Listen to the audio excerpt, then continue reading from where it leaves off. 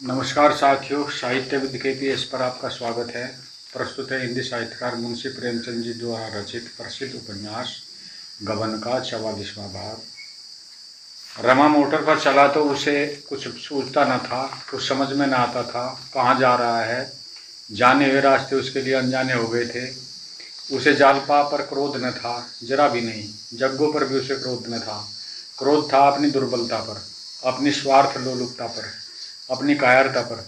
Police के वातावरण में उसका औचित्य ज्ञान भ्रष्ट हो गया था। वह कितना बड़ा अन्याय करने जा रहा है, उसका उसे केवल उस दिन ख्याल आया जब जालपा ने समझाया था।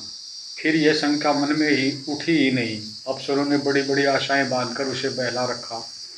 वह कहते, अजी बीबी की कुछ फिक्र न करो, जिस वक्त तुम एक जड़ाऊ हार लेकर पहुंचोगे तो रुपयों की थैली नजर कर दोगे, बेगम साहब का सारा गुस्सा भाग जाएगा। अपने सूबे में किसी अच्छी सी जगह पहुंच जाओगे, आराम से जिंदगी कटेगी। कैसा गुस्सा! इसकी कितनी ही आंखें देखी मिसालें दी गई। रमा चक्कर में फंस गया। फिर उसने जालपा से मिलने का अवसर ही न मिला। पुलिस का रंग जमता गया। आज जब वह जड़ाऊ हार जेब में रखे जालपा को अपनी विजय की खुशखबरी देने गया था, वह जानता था कि जालपा पहले कुछ नाक भौं सिकोड़ेगी, पर यह भी जानता था कि यह हार देखकर वह जरूर खुश हो जाएगी। कल ही संयुक्त प्रांत के होम सेक्रेटरी के नाम कमिश्नर पुलिस का पत्र उसे मिल गया था। 2-4 दिन यहाँ खूब सैर करके घर की राह लेगा। देवीदीन और जग्गू को भी वह अपने साथ ले जाना चाहता था। उनका एहसान वह कैसे भूल सकता था। यही मंसूबे मन में बांधकर वह जालपा के पास गया था।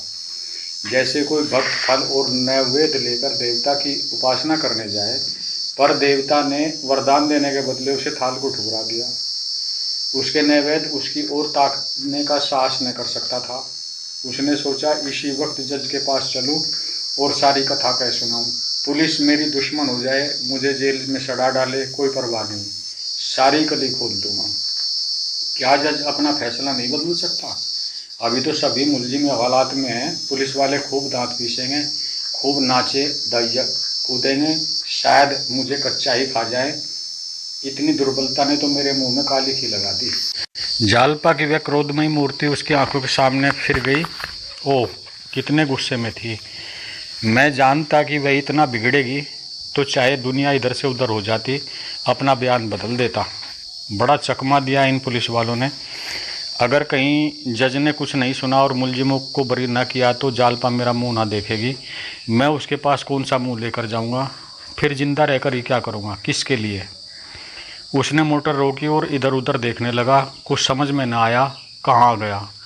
सहसा एक चौकीदार नजर आया। उसने उससे जज साहब के बंगले का पता पूछा।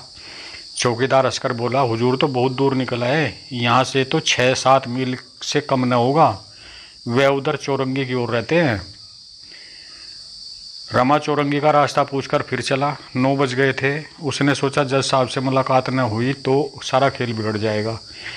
बिना मिले हटूंगा ही नहीं। अगर उन्होंने सुन लिया तो ठीक ही है, नहीं कल हाई कोर्ट के जजों से कहूँगा, कोई तो सुनेगा।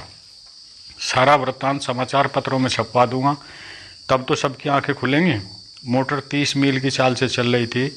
10 मिनट ही में चौरंगी आ पहुंची। यहाँ अभी तक वही चहल पहल थी, मगर रमा उसी सन्नाटे से मोटर लिए जाता था। सहसा एक पुलिसमैन ने लाल बत्ती दिखाई।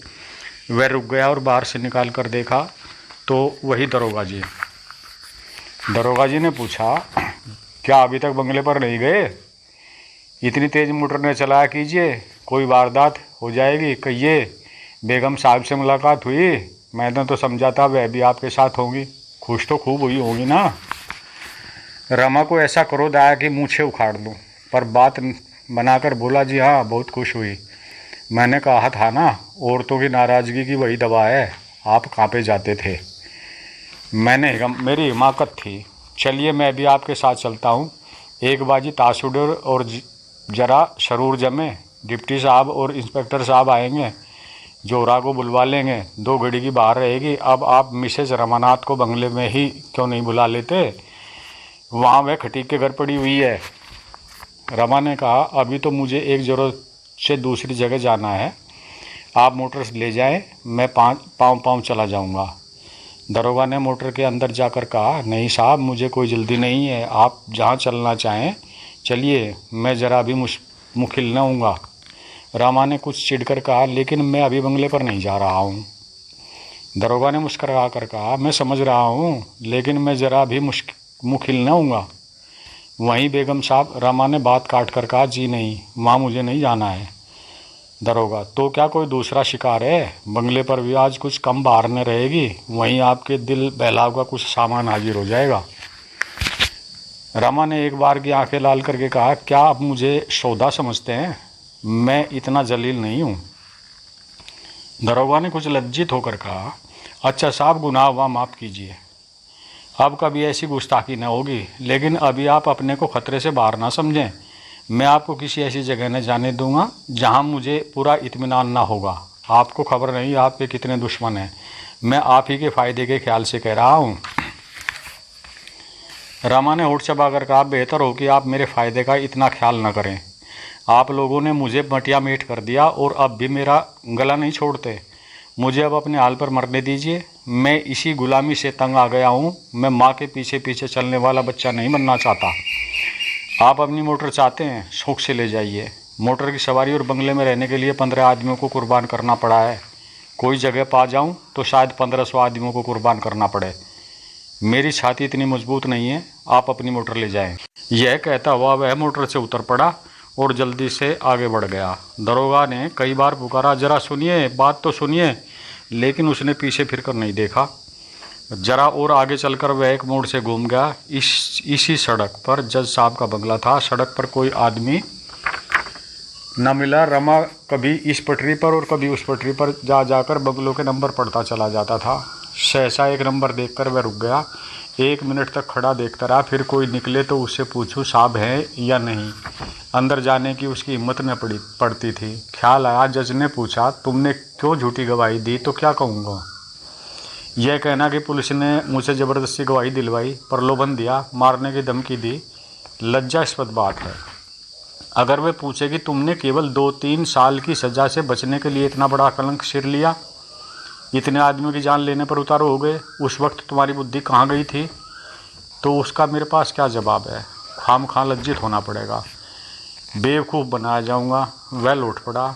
इस लज्जा का सामना करने की उसमें सामर्थ्य न थी। लज्जा ने सदैव वीरों को परास्त किया है। जो काल से भी नहीं डरते, वे भी लज्जा के सामने खड़े होने की हिम्मत नहीं करते। आग में झुक जाना, तलवार के सामने खड़े हो जाना, इसकी अपेक्षा कहीं सहज है। लाज की ही रक्षा के लिए बड़े बड़े राज्य मिट गए, रक्त की नदियां बह गई, प्राणों की होली खेल डाली गई। उसी लाज ने आज रमा के पग भी पीछे हटा दिए।